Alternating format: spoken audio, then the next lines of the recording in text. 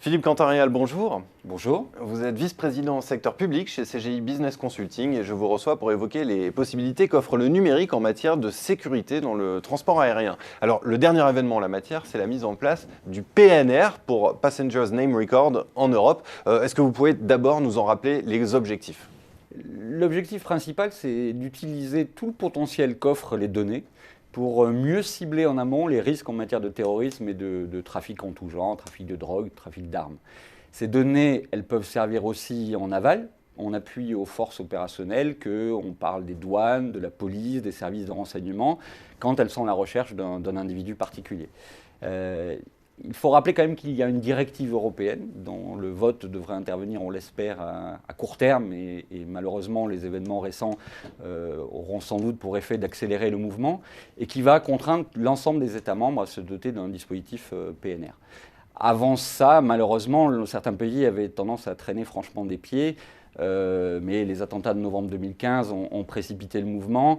Et le PNR, maintenant, a vocation à devenir opérationnel dans l'ensemble des pays européens dès la fin de l'année 2016. Mais concrètement, qu'est-ce qu'il contient le PNR ? Alors le PNR, d'abord, il s'appuie sur des données qui existent déjà dans les compagnies aériennes, qui sont les données que vous et moi donnons au moment de la réservation ou qui sont collectées au moment de l'embarquement, notamment sur votre passeport. Alors c'est votre nom, votre date de naissance, l'historique de vos trajets, le poids des bagages, tout un tas d'informations qui présentent des intérêts multiples. D'abord, ces données, on peut les croiser dès qu'on les reçoit avec des fichiers de police ou de renseignement qui existent déjà. Donc chacun a entendu parler des fameuses fiches S de repérage des terroristes. Donc le fichier des personnes recherchées peut être croisé avec ces données. C'est ce qu'on appelle le criblage. Le second intérêt, c'est le ciblage. Alors là, on ne cherche plus une personne en particulier qu'on connaît, mais il s'agit de faire du profiling sur un certain nombre de caractéristiques particulières que peuvent avoir certains individus et qui présentent des risques en matière, encore une fois, de terrorisme ou de trafic en tout genre. Et puis, PNR peut fournir aussi des éléments précieux pour des enquêtes a posteriori, pour tracer l'historique des déplacements d'une personne suspectée.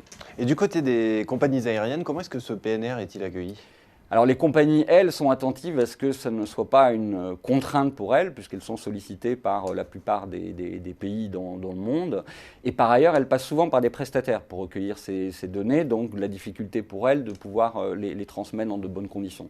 Donc le minimum de ce qu'elles demandent, c'est qu'il y ait déjà harmonisation dans les demandes des différents pays pour limiter le coût d'exploitation qui est déjà relativement important pour elles.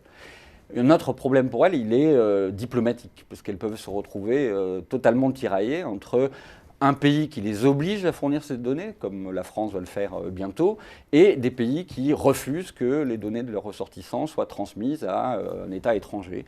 Donc ça fait partie des problématiques à régler avec les compagnies, bien évidemment. Et puis, in fine, elles sont attentives à ce que ça ne ralentisse pas le trafic lui-même et la fluidité pour les passagers. On sait tous que les contraintes de sécurité dans les aéroports sont déjà extrêmement importantes et donc il s'agit de ne pas rajouter de nouvelles contraintes pour le monde aérien. Alors justement, pour le passager, qu'est-ce que le PNR change ? Pour le passager, rien de particulier, c'est transparent pour lui.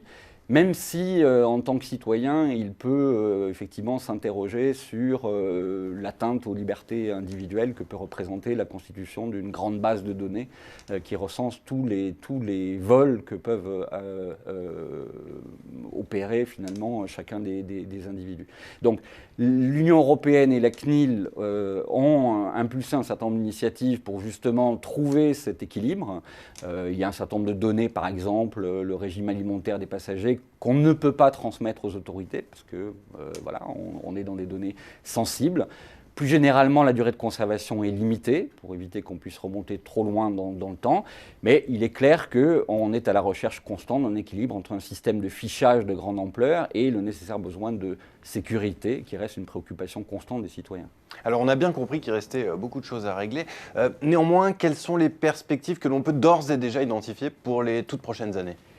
Finalement, PNR pourrait améliorer le flux passager dans les aéroports, puisque l'objectif sera de mieux cibler les contrôles, c'est-à-dire les forces de l'ordre vont optimiser leur travail, rendre les contrôles moins systématiques et plus ciblés sur les personnes qui présentent des risques.